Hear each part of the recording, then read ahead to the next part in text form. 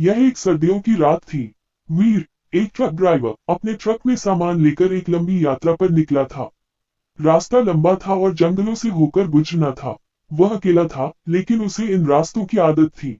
आधे रास्ते में वीर ने देखा कि उसकी ट्रक की हेडलाइट्स अचानक बंद हो गई। उसने ट्रक रोका और हेडलाइट्स को ठीक करने की कोशिश की। जैसे ही वह ट्रक से उतरा, उसे पास के जंगल से अजीब आवाजें सुनाई देने लगी। वीर ने देखा कि एक बूढ़ा आदमी उसकी तरफ आ रहा है।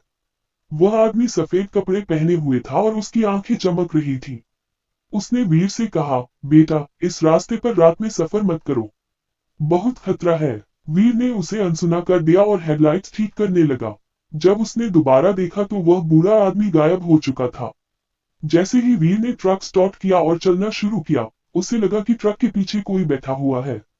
उसने पीछे मुड़कर देखा, लेकिन वहां कोई नहीं था। कुछ देर बाद ट्रक अचानक खुद ब खुद रुक गया। वीर ने देखा कि ट्रक के चारों तरफ धुंध फैल गई है और उसके अंदर से किसी की चीख सुनाई देने लगी। वह डर के मारे कांपने लगा। वीर ने देखा कि उसकी ट्रक के सामने एक औरत खड़ी है, जो सफेद साड़ी में थी। उसने वीर से मदद मांगी। वीर ने ट्रक का दरवाजा खोला, लेकिन जैसे ही वह औरत अंदर आई, उसकी शक्ल बदल गई और वह भूतनी बन गई।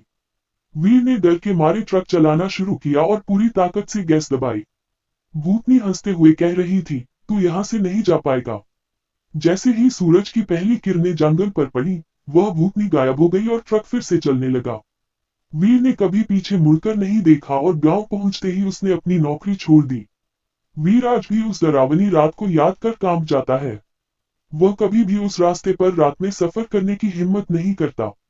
इस कहानी से हमें ये सीख मिलती है कि कभी कभी बुजुर्गों की बातें मान लेनी चाहिए।